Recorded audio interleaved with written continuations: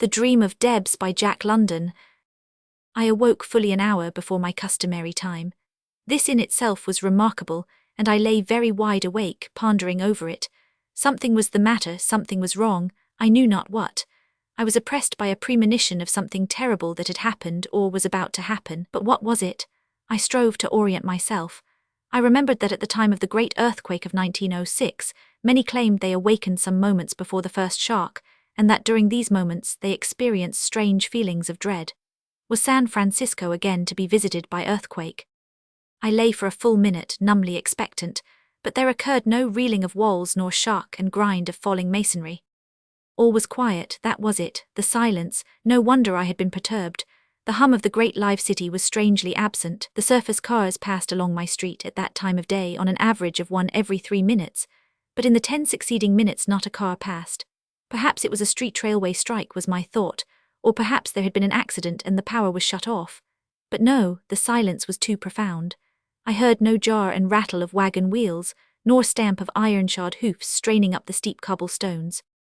Pressing the push-button beside my bed, I strove to hear the sound of the bell, though I well knew it was impossible for the sound to rise 3 stories to me even if the bell did ring.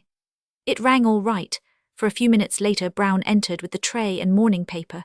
Though his features were impassive as ever, I noted a startled, apprehensive light in his eyes. I noted also that there was no cream on the tray. The creamery did not deliver this morning, he explained, nor did the bakery. I glanced again at the tray. There were no fresh French rolls, only slices of stale graham bread from yesterday, the most detestable of bread so far as I was concerned. Nothing was delivered this morning, sir. Brown started to explain apologetically, but I interrupted him. The paper. Yes, sir, it was delivered, but it was the only thing, and it is the last time, too. There won't be any paper tomorrow. The paper says so. Can I send out and get you some condensed milk? I shook my head, accepted the coffee black, and spread open the paper. The headlines explained everything, explained too much in fact, for the lengths of pessimism to which the journal went were ridiculous. A general strike, it said, had been called all over the United States, and most foreboding anxieties were expressed concerning the provisioning of the great cities. I read on hastily, skimming much and remembering much of labor troubles in the past. For a generation the general strike had been the dream of organized labor, which dream had arisen originally in the mind of Debs, one of the great labor leaders of 30 years before. I recollected that in my young college settlement days I had even written an article on the subject for one of the magazines, and that I had entitled it The Dream of Debs. And I must confess that I had treated the idea very cavalierly and academically, as a dream and nothing more. Time and the world had rolled on, Gompers was gone, the American Federation of Labor was gone, and gone was Debs with all his wild revolutionary ideas. But the dream had persisted, and here it was at last realized in fact. But I laughed as I read at the journal's gloomy outlook. I knew better. I had seen organized labor worsted in too many conflicts. It would be a matter only of days when the thing would be settled. This was a national strike, and it wouldn't take the government long to break it. I threw the paper down and proceeded to dress. It would certainly be interesting to be out in the streets of San Francisco when not a wheel was turning, and the whole city was taking an enforced vacation. I beg your pardon, sir, Brown said, as he handed me my cigar case, but Mr. Harmd has asked to see you before you go out. Send him in right away, I answered. Harmd was the butler. When he entered I could see he was laboring under controlled excitement. He came at once to the point. What shall I do, sir? There will be needed provisions and the delivery drivers are on strike. And the electricity is shut off, I guess they're on strike too. Are the shops open? I asked. Only the small ones, sir. The retail clerks are out and the big ones can't open, but the owners and their families are running the little ones themselves. Then take the machine, I said, and go the rounds and make your purchases. Buy plenty of everything you need or may need. Get a box of candles, no, get half a dozen boxes, and when you're done, tell Harrison to bring the machine around to the club for me, not later than 11. Harmd shook his head gravely. Mr. Harrison has struck along with the chauffeurs' union, and I don't know how to run the machine myself. Oh ho, he has he? Said I. Well, when next Mr. Harrison happens around you tell him that he can look elsewhere for a position. Yes, sir. You don't happen to belong to a butlers' union, do you, Harmd? No, sir, was the answer. And even if I did, I'd not desert my employer in a crisis like this. No, sir, I would. All right, thank you, I said. Now you get ready to accompany me. I'll run the machine myself and we'll lay in a stock of provisions to stand a siege. It was a beautiful 1st of May, even as May days go. The sky was cloudless, there was no wind, and the air was warm, almost balmy. Many autos were out, but the owners were driving them themselves. The streets were crowded but quiet.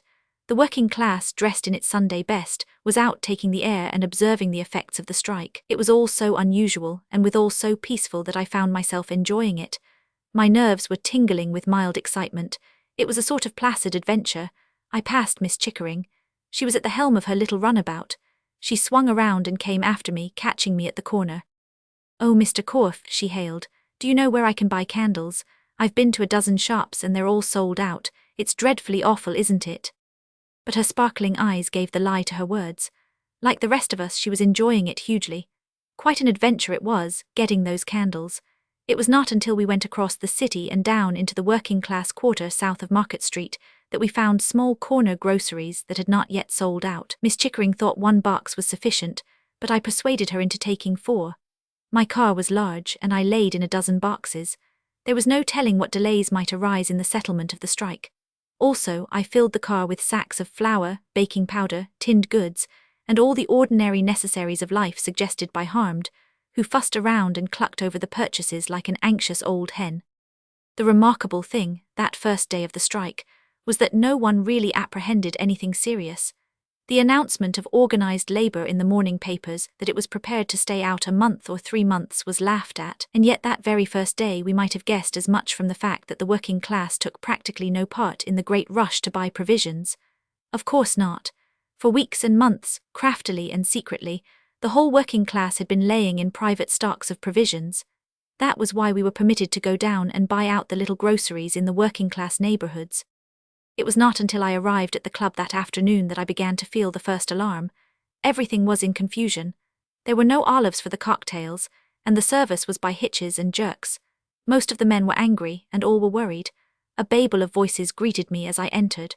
General Folsom, nursing his capacious paunch in a window seat in the smoking room, was defending himself against 6 excited gentlemen who were demanding that he should do something.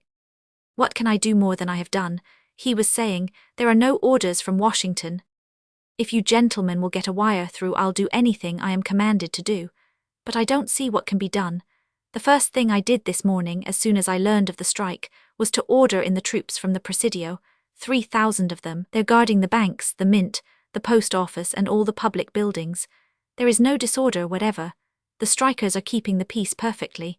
You can't expect me to shoot them down as they walk along the streets with wives and children all in their best bib and tucker. I'd like to know what's happening on Wall Street," I heard Jimmy Wombold say as I passed along. I could imagine his anxiety, for I knew that he was deep in the big consolidated Western deal. "Say, Corf," Atkinson bustled up to me, "is your machine running?" "Yes," I answered, "but what's the matter with your own?" "Broken down, and the garages are all closed. And my wife's somewhere around Truckee, I think, stalled on the overland. Can't get a wire to her for love or money. She should have arrived this evening. She may be starving. Lend me your machine." "Can't get it across the bay," Halstead spoke up. "The ferries aren't running." "But I tell you what you can do. There's Rowlinson. Oh, Rowlinson, come here a moment. Atkinson wants to get a machine across the bay. His wife is stuck on the overland at Truckee. Can't you bring the Lurlet across from Tiburon and carry the machine over for him?"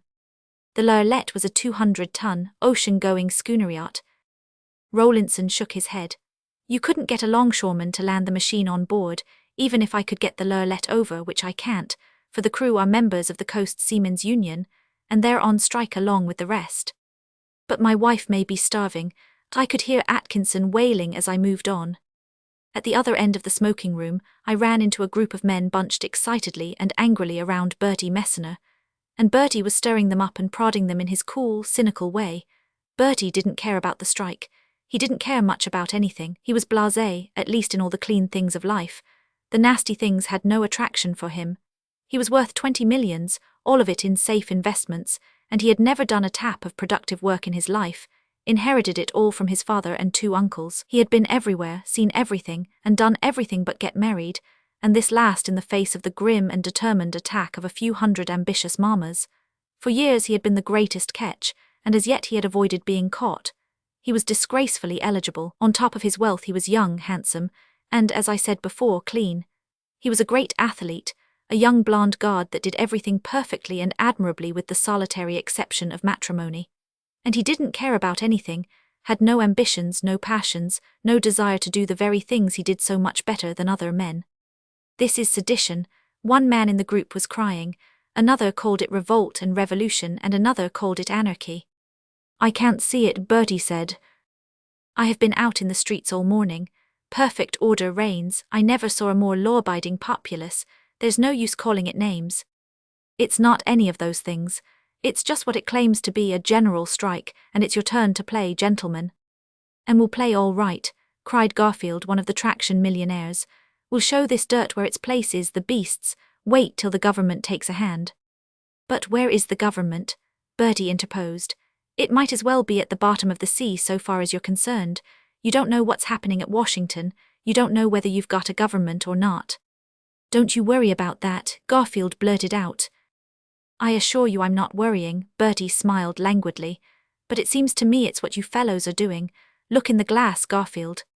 Garfield did not look, but had he looked he would have seen a very excited gentleman with rumpled iron-grey hair, a flushed face, mouth sullen and vindictive, and eyes wildly gleaming.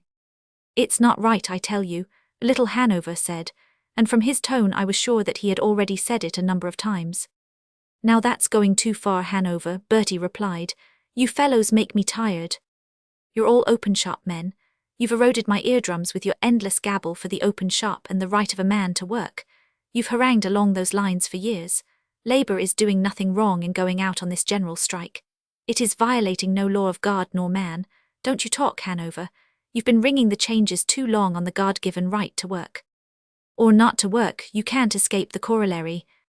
It's a dirty little sordid scrap, that's all the whole thing is. You've got labour down and gouged it, and now labour's got you down and is gouging you, that's all, and you're squealing. Every man in the group broke out in indignant denials that labour had ever been gouged. No, sir, Garfield was shouting. We've done the best for labour. Instead of gouging it, we've given it a chance to live. We've made work for it. Where would labour be if it hadn't been for us? A whole lot better off, Bertie sneered. You've got labour down and gouged it every time you got a chance, and you went out of your way to make chances. No, no, were the cries. There was the Teamsters' strike, right here in San Francisco. Bertie went on imperturbably. The Employers' Association precipitated that strike. You know that. And you know I know it too, for I've sat in these very rooms and heard the inside talk and news of the fight. First you precipitated the strike, then you bought the mayor and the chief of police and broke the strike. A pretty spectacle, you philanthropists getting the Teamsters down and gouging them. Hold on, I'm not through with you. It's only last year that the Labour ticket of Colorado elected a governor. He was never seated. You know why? You know how your brother philanthropists and capitalists of Colorado worked it. It was a case of getting Labour down and gouging it. You kept the president of the Southwestern Amalgamated Association of Miners in jail for 3 years on trumped-up murder charges, and with him out of the way, you broke up the association. That was gouging Labour, you'll admit. The third time the graduated income tax was declared unconstitutional was a gouge. So was the 8-hour bill you killed in the last Congress. And of all unmitigated immoral gouges, your destruction of the closed-shop principle was the limit. You know how it was done. You bought out Farberg, the last president of the old American Federation of Labor. He was your creature, or the creature of all the trusts and employers' associations, which is the same thing. You precipitated the big closed-shop strike. Farberg betrayed that strike. You won, and the old American Federation of Labor crumbled to pieces. You fellows destroyed it, and by so doing undid yourselves. For right on top of it began the organization of the ILW, the biggest and solidest organization of labor the United States has ever seen, and you are responsible for its existence and for the present general strike. You smashed all the old federations and drove labor into the ILW, and the ILW called the general strike, still fighting for the closed shop. And then you have the effrontery to stand here face to face and tell me that you never got labor down and gouged it. But this time there were no denials. Garfield broke out in self-defense. We've done nothing we were not compelled to do if we were to win. I'm not saying anything about that, Bertie answered. What I am complaining about is your squealing now that you're getting a taste of your own medicine. How many strikes have you won by starving Labour into submission? Well, Labour S worked out a scheme whereby to starve you into submission. It wants the closed shop, and if it can get it by starving you, why, starve you shall. I notice that you have profited in the past by those very Labour gouges you mention, insinuated Brentwood, one of the wiliest and most astute of our corporation lawyers. The receiver is as bad as the thief, he sneered. You had no hand in the gouging, but you took your whack out of the gouge. That is quite beside the question, Brentwood, Bertie drawled. You're as bad as Hanover, intruding the moral element. I haven't said that anything is right or wrong. It's all a rotten game, I know. And my sole kick is that you fellows are squealing now that you're down and Labour's taking a gouge out of you. Of course I've taken the profits from the gouging, and thanks to you, gentlemen, without having personally to do the dirty work. You did that for me. Oh, believe me, not because I am more virtuous than you, but because my good father and his various brothers left me a lot of money with which to pay for the dirty work. If you mean to insinuate, Brentwood began hotly. Hold on, don't get all ruffled up, Bertie interposed insolently. There's no use in playing hypocrites in this thieves' den. The high and lofty is all right for the newspapers, boys' clubs, and Sunday schools. That's part of the game. But for heaven's sake, don't let's play it on one another. You know that I know just what jobbery was done in the building trades, strike last fall, who put up the money, who did the work, and who profited by it. Brentwood flushed darkly. But we are all tarred with the same brush, and the best thing for us to do is to leave morality out of it. Again I repeat, play the game, play it to the last finish, but for goodness sake don't squeal when you get hurt. When I left the group, Bertie was off on a new tack, tormenting them with the more serious aspects of the situation, pointing out the shortage of supplies that was already making itself felt, and asking them what they were going to do about it. A little later I met him in the cloakroom, leaving, and gave him a lift home in my machine. It's a great stroke, this general strike, he said, as we bowled along through the crowded but orderly streets. It's a smashing body blow. Labour caught us napping and struck at our weakest place, the stomach. I'm going to get out of San Francisco, Corf. Take my advice and get out too. Head for the country anywhere. You'll have more chance. Buy up a stock of supplies and get into a tent or a cabin somewhere. Soon there'll be nothing but starvation in this city for such as we. How correct Bertie Messner was I never dreamed. I decided that he was an alarmist. As for myself, I was content to remain and watch the fun. After I dropped him, instead of going directly home, I went on in a hunt for more food. To my surprise, I learned that the small groceries where I had bought in the morning were sold out. I extended my search to the Potrero, and by good luck managed to pick up another box of candles, 2 sacks of wheat flour, 10 pounds of gram flour, which would do for the servants, a case of tinned corn, and 2 cases of tinned tomatoes. It did look as though there was going to be at least a temporary food shortage, and I hugged myself over the goodly stock of provisions I had laid in. The next morning I had my coffee in bed as usual, and more than the cream, I missed the daily paper. It was this absence of knowledge of what was going on in the world that I found the chief hardship. Down at the club there was little news. Ryder had crossed from Oakland in his launch, and Halstead had been down to San Jose and back in his machine. They reported the same conditions in those places as in San Francisco. Everything was tied up by the strike. All grocery stocks had been bought out by the upper classes. And perfect order reigned. But what was happening over the rest of the country, in Chicago, New York, Washington? Most probably the same things that were happening with us, we concluded. But the fact that we did not know with absolute surety was irritating. General Folsom had a bit of news. An attempt had been made to place army telegraphers in the telegraph offices, but the wires had been cut in every direction. This was, so far, the one unlawful act committed by Labour, and that it was a concerted act he was fully convinced. He had communicated by wireless with the army post at Benicia. The telegraph lines were even then being patrolled by soldiers all the way to Sacramento. Once, for one short instant, they had got the Sacramento call, then the wires somewhere were cut again. General Folsom reasoned that similar attempts to open communication were being made by the authorities all the way across the continent, but he was non-committal as to whether or not he thought the attempt would succeed. What worried him was the wire cutting. He could not but believe that it was an important part of the deep-laid Labour conspiracy. Also, he regretted that the government had not long since established its projected chain of wireless stations. The days came and went, and for a while it was a humdrum time. Nothing happened, the edge of excitement had become blunted, the streets were not so crowded, the working class did not come uptown any more to see how we were taking the strike, and there were not so many automobiles running around. The repair shops and garages were closed, and whenever a machine broke down it went out of commission. The clutch on mine broke, and neither love nor money could get it repaired. Like the rest, I was now walking. San Francisco lay dead, and we did not know what was happening over the rest of the country.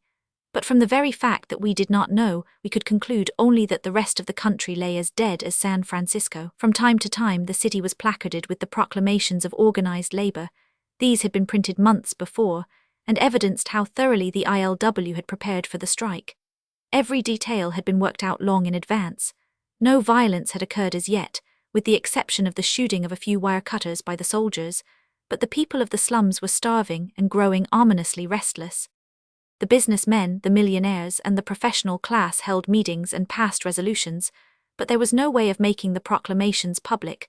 They could not even get them printed. One result of these meetings, however, was that General Folsom was persuaded into taking military possession of the wholesale houses, and of all the flour, grain, and food warehouses. It was high time, for suffering was becoming acute in the homes of the rich, and bread lines were necessary. I knew that my servants were beginning to draw long faces, and it was amazing, the hole they made in my stock of provisions. In fact, as I afterward surmised, each servant was stealing from me and secreting a private stock of provisions for himself. But with the formation of the bread lines came new troubles. There was only so much of a food reserve in San Francisco, and at the best it could not last long. Organized labor, we knew, had its private supplies. Nevertheless, the whole working class joined the bread lines. As a result, the provisions General Folsom had taken possession of diminished with perilous rapidity. How were the soldiers to distinguish between a shabby middle-class man, a member of the ILW, or a slum dweller? The first and the last had to be fed, but the soldiers did not know all the ILW men in the city, much less the wives and sons and daughters of the ILW men. The employers helping, a few of the known union men were flung out of the bread lines, but that amounted to nothing. To make matters worse, the government tugs that had been hauling food from the army depots on Mare Island to Angel Island found no more food to haul. The soldiers now received their rations from the confiscated provisions, and they received them first. The beginning of the end was in sight. Violence was beginning to show its face. Law and order were passing away, I must confess, among the slum people and the upper classes. Organized labor still maintained perfect order. It could well afford to, it had plenty to eat. I remember the afternoon at the club when I caught Halstead and Brentwood whispering in a corner. They took me in on the venture. Brentwood's machine was still in running order, and they were going out cow stealing. Halstead had a long butcher knife and a cleaver. We went out to the outskirts of the city. Here and there were cows grazing, but always they were guarded by their owners. We pursued our quest, following along the fringe of the city to the east, and on the hills near Hunter's Point we came upon a cow guarded by a little girl. There was also a young calf with the cow. We wasted no time on preliminaries. The little girl ran away screaming while we slaughtered the cow. I omit the details, for they are not nice. We were unaccustomed to such work, and we bungled it. But in the midst of it, working with the haste of fear, we heard cries, and we saw a number of men running toward us. We abandoned the spoils and took to our heels. To our surprise, we were not pursued. Looking back, we saw the men hurriedly cutting up the cow. They had been on the same lay as ourselves. We argued that there was plenty for all and ran back. The scene that followed beggars description. We fought and squabbled over the division like savages. Brentwood, I remember, was a perfect brute, snarling and snapping and threatening that murder would be done if we did not get our proper share. And we were getting our share when there occurred a new eruption on the scene. This time it was the dreaded peace officers of the ILW. The little girl had brought them. They were armed with whips and clubs, and there were a score of them. The little girl danced up and down in anger, the tears streaming down her cheeks, crying, "Give it to him! Give it to him, that guy with the specs. He did it, mash his face for him." Mash his face? That guy with the specs was I, and I got my face mashed too, though I had the presence of mind to take off my glasses at the first. But we did receive a trouncing as we scattered in all directions. Brentwood, Halstead, and I fled away for the machine. Brentwood's nose was bleeding, while Halstead's cheek was cut across with the scarlet slash of a black snake whip. And lo, when the pursuit ceased and we had gained the machine, there hiding behind it was the frightened calf. Brentwood warned us to be cautious, and crept up on it like a wolf or tiger. Knife and cleaver had been left behind, but Brentwood still had his hands, and over on the ground, he rolled with the poor little calf as he throttled it. We threw the carcass into the machine, covered it over with a robe and started for home. But our misfortunes had only begun. We blew out a tire. There was no way of fixing it and twilight was coming on. We abandoned the machine, Brentwood pulling and staggering along in advance, the calf, covered by the robe, slung across his shoulders. We took turn about carrying that calf and it nearly killed us. Also, we lost our way. And then after hours of wandering and toil we encountered a gang of hoodlums. They were not ILW men, and I guess they were as hungry as we. At any rate, they got the calf and we got the thrashing. Brentwood raged like a madman the rest of the way home, and he looked like one with his torn clothes, swollen nose and blackened eyes. There wasn't any more cow stealing after that. General Folsom sent his troopers out and confiscated all the cows, and his troopers, aided by the militia, ate most of the meat. General Folsom was not to be blamed. It was his duty to maintain law and order, and he maintained it by means of the soldiers, wherefore he was compelled to feed them first of all. It was about this time that the Great Panic occurred. The wealthy classes precipitated the flight, and then the slum people caught the contagion and stampeded wildly out of the city. General Folsom was pleased. It was estimated that at least 200,000 had deserted San Francisco, and by that much was his food problem solved. Well do I remember that day. In the morning I had eaten a crust of bread. Half of the afternoon I had stood in the bread line, and after dark I returned home, tired and miserable, carrying a quart of rice and a slice of bacon. Brown met me at the door. His face was worn and terrified. All the servants had fled, he informed me. He alone remained. I was touched by his faithfulness, and when I learned that he had eaten nothing all day, I divided my food with him. We cooked half the rice and half the bacon, sharing it equally and reserving the other half for morning. I went to bed with my hunger and tossed restlessly all night. In the morning I found Brown had deserted me, and greater misfortune still, he had stolen what remained of the rice and bacon. It was a gloomy handful of men that came together at the club that morning. There was no service at all. The last servant was gone.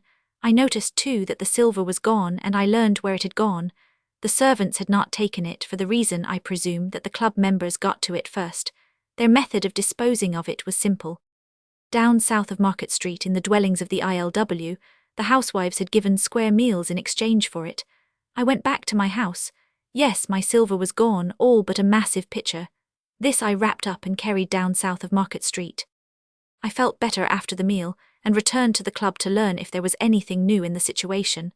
Hanover, Collins, and Dakin were just leaving. There was no one inside, they told me, and they invited me to come along with them. They were leaving the city, they said, on Dakin's horses, and there was a spare one for me. Dakin had 4 magnificent carriage horses that he wanted to save, and General Folsom had given him the tip that next morning all the horses that remained in the city were to be confiscated for food. There were not many horses left, for tens of thousands of them had been turned loose into the country when the hay and grain gave out during the first days. Burdall, I remember, who had great draying interests, had turned loose 300 dray horses at an average value of $500. This had amounted to $150,000. He had hoped at first to recover most of the horses after the strike was over, but in the end he never recovered one of them. They were all eaten by the people that fled from San Francisco. For that matter, the killing of the army mules and horses for food had already begun. Fortunately for Dakin, he had had a plentiful supply of hay and grain stored in his stable. We managed to raise 4 saddles, and we found the animals in good condition and spirited, with all unused to being ridden. I remembered the San Francisco of the great earthquake as we rode through the streets, but this San Francisco was vastly more pitiable. No cataclysm of nature had caused this, but rather the tyranny of the labor unions. We rode down past Union Square and through the theater, hotel, and shopping districts. The streets were deserted. Here and there stood automobiles, abandoned where they had broken down or when the gasoline had given out. There was no sign of life, save for the occasional policemen and the soldiers guarding the banks and public buildings. Once we came upon an ILW man pasting up the latest proclamation. We stopped to read. "We have maintained an orderly strike," it ran, "and we shall maintain order to the end. The end will come when our demands are satisfied, and our demands will be satisfied when we have starved our employers into submission, as we ourselves in the past have often been starved into submission." Messner's very words, Collins said, "And I, for one, am ready to submit, only they won't give me a chance to submit. I haven't had a full meal in an age. I wonder what horse meat tastes like." We stopped to read another proclamation. "When we think our employers are ready to submit, we shall open up the telegraphs and place the Employers' Associations of the United States in communication. But only messages relating to peace terms shall be permitted over the wires." We rode on, crossed Market Street, and a little later were passing through the working-class district. Here the streets were not deserted. Leaning over the gates or standing in groups were the ILW men. Happy, well-fed children were playing games, and stout housewives sat on the front steps gossiping. One and all cast amused glances at us. Little children ran after us crying, "Hey, mister, ain't you hungry?" And one woman nursing a child at her breast called to Dakin, "Say, fatty, I'll give you a meal for your skate. Ham and potatoes, currant jelly, white bread, canned butter, and 2 cups of coffee." "Have you noticed the last few days," Hanover remarked to me, "that there's not been a stray dog in the streets?" I had noticed, but I had not thought about it before. It was high time to leave the unfortunate city. We at last managed to connect with the San Bruno Road, along which we headed south. I had a country place near Menlo, and it was our objective, but soon we began to discover that the country was worse off and far more dangerous than the city. There the soldiers and the ILW kept order, but the country had been turned over to anarchy. 200,000 people had fled from San Francisco, and we had countless evidences that their flight had been like that of an army of locusts. They had swept everything clean. There had been robbery and fighting. Here and there we passed bodies by the roadside and saw the blackened ruins of farmhouses.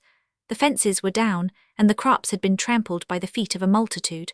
All the vegetable patches had been rooted up by the famished hordes. All the chickens and farm animals had been slaughtered. This was true of all the main roads that led out of San Francisco. Here and there, away from the roads, farmers had held their own with shotguns and revolvers, and were still holding their own. They warned us away and refused to parley with us, and all the destruction and violence had been done by the slum dwellers and the upper classes. The ILW men, with plentiful food supplies, remained quietly in their homes in the cities. Early in the ride we received concrete proof of how desperate was the situation. To the right of us we heard cries and rifle shots. Bullets whistled dangerously near. There was a crashing in the underbrush. Then a magnificent black truck horse broke across the road in front of us and was gone. We had barely time to notice that he was bleeding and lame. He was followed by 3 soldiers. The chase went on among the trees on the left. We could hear the soldiers calling to one another. A 4th soldier limped out upon the road from the right, sat down on a boulder, and mopped the sweat from his face. "Militia," Dakin whispered. "Deserters." The man grinned up at us and asked for a match. In reply to Dakin's "What's the word?" he informed us that the militiamen were deserting. "No grub," he explained. "They're feedin' it all to the regulars." We also learned from him that the military prisoners had been released from Alcatraz Island because they could no longer be fed. I shall never forget the next sight we encountered. We came upon it abruptly around a turn of the road. Overhead arched the trees. The sunshine was filtering down through the branches. Butterflies were fluttering by, and from the fields came the song of larks. And there it stood, a powerful touring car. About it and in it lay a number of corpses. It told its own tale. Its occupants, fleeing from the city, had been attacked and dragged down by a gang of slum dwellers, hoodlums. The thing had occurred within 24 hours. Freshly opened meat and fruit tins explained the reason for the attack. Dakin examined the bodies. "I thought so," he reported. "I've ridden in that car. It was Periton, the whole family. We've got to watch out for ourselves from now on." "But we have no food with which to invite attack," I objected. Dakin pointed to the horse I rode, and I understood. Early in the day, Dakin's horse had cast a shoe. The delicate hoof had split, and by noon the animal was limping. Dakin refused to ride it farther and refused to desert it, so on his solicitation we went on. He would lead the horse and join us at my place. That was the last we saw of him, nor did we ever learn his end. By 1 o'clock we arrived at the town of Menlo, or rather at the site of Menlo, for it was in ruins. Corpses lay everywhere. The business part of the town, as well as part of the residences, had been gutted by fire. Here and there a resident still held out, but there was no getting near them. When we approached too closely we were fired upon. We met a woman who was poking about in the smoking ruins of her cottage. The first attack, she told us, had been on the stores, and as she talked we could picture that raging, roaring, hungry mob flinging itself on the handful of townspeople. Millionaires and paupers had fought side by side for the food, and then fought with one another after they got it. The town of Palo Alto and Stanford University had been sacked in similar fashion, we learned. Ahead of us lay a desolate, wasted land, and we thought we were wise in turning off to my place. It lay 3 miles to the west, snuggling among the first rolling swells of the foothills. But as we rode along, we saw that the devastation was not confined to the main roads. The van of the flight had kept to the roads, sacking the small towns as it went, while those that followed had scattered out and swept the whole countryside like a great broom. My place was built of concrete, masonry and tiles, and so had escaped being burned, but it was gutted clean. We found the gardener's body in the windmill, littered around with empty shotgun shells. He had put up a good fight, but no trace could we find of the 2 Italian labourers nor of the housekeeper and her husband. Not a live thing remained. The calves, the colts, all the fancy poultry and thoroughbred stock, everything was gone. The kitchen and the fireplaces where the mob had cooked were a mess, while many campfires outside bore witness to the large number that had fed and spent the night. What they had not eaten they had carried away. There was not a bite for us. We spent the rest of the night vainly waiting for Dakin, and in the morning, with our revolvers, fought off 6 marauders. Then we killed one of Dakin's horses, hiding for the future what meat we did not immediately eat. In the afternoon Collins went out for a walk but failed to return. This was the last straw to Hanover. He was for flight there and then, and I had great difficulty in persuading him to wait for daylight. As for myself, I was convinced that the end of the general strike was near, and I was resolved to return to San Francisco. So in the morning we parted company, Hanover heading south, 50 pounds of horsemeat strapped to his saddle, while I, similarly loaded, headed north. Little Hanover pulled through all right, and to the end of his life he will persist, I know, in boring everybody with the narrative of his subsequent adventures. I got as far as Belmont on the main road back when I was robbed of my horsemeat by 3 militiamen. There was no change in the situation, they said, except that it was going from bad to worse. The ILW had plenty of provisions hidden away and could last out for months. I managed to get as far as Baden when my horse was taken away from me by a dozen men. 2 of them were San Francisco policemen, and the remainder were regular soldiers. This was ominous. The situation was certainly extreme when the regulars were beginning to desert. When I continued my way on foot, they already had the fire started, and the last of Dakin's horses lay slaughtered on the ground. As luck would have it, I sprained my ankle, and succeeded in getting no farther than South San Francisco. I lay there that night in an outhouse, shivering with the cold and at the same time burning with fever. 2 days I lay there, too sick to move, and on the 3rd, reeling and giddy, supporting myself on an extemporized crutch, I tottered on toward San Francisco. I was weak as well, for it was the 3rd day since food had passed my lips. It was a day of nightmare and torment. As in a dream I passed hundreds of regular soldiers drifting along in the opposite direction, and many policemen with their families, organized in large groups for mutual protection. As I entered the city I remembered the workman's house at which I had traded the silver pitcher, and in that direction my hunger drove me. Twilight was falling when I came to the place. I passed around by the alleyway and crawled up the black steps on which I collapsed. I managed to reach out with the crutch and knock on the door. Then I must have fainted, for I came to in the kitchen, my face wet with water and whiskey being poured down my throat. I choked and spluttered and tried to talk. I began saying something about not having any more silver pitchers, but that I would make it up to them afterward if they would only give me something to eat. But the housewife interrupted me. "Why, you poor man," she said, "haven't you heard? The strike was called off this afternoon. Of course we'll give you something to eat." She bustled around, opening a tin of breakfast bacon and preparing to fry it. "Let me have some now, please," I begged, and I ate the raw bacon on a slice of bread, while her husband explained that the demands of the ILW had been granted. The wires had been opened up in the early afternoon, and everywhere the employers' associations had given in. There hadn't been any employers left in San Francisco, but General Folsom had spoken for them. The trains and steamers would start running in the morning, and so would everything else just as soon as system could be established. And that was the end of the general strike. I never want to see another one. It was worse than a war. A general strike is a cruel and immoral thing, and the brain of man should be capable of running industry in a more rational way. Harrison is still my chauffeur. It was part of the conditions of the ILW that all of its members should be reinstated in their old positions. Brown never came back, but the rest of the servants are with me. I hadn't the heart to discharge them. Poor creatures, they were pretty hard-pressed when they deserted with the food and silver. And now I can't discharge them. They have all been unionized by the ILW. The tyranny of organized labor is getting beyond human endurance. Something must be done,